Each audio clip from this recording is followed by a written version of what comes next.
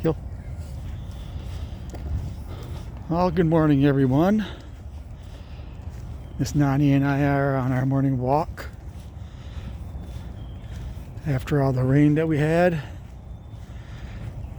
The creek by the house is a little overflowed. We weren't able to get out yesterday for a walk because it rained all day long and all night long.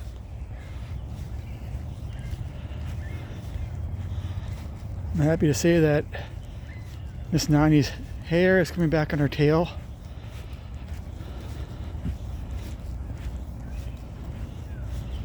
The medication there she has on for a while made her lose it, which kind of sucks. But it's coming back. Hopefully by summer I'll be back.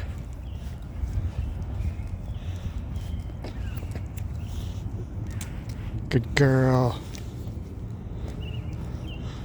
Thank you for watching.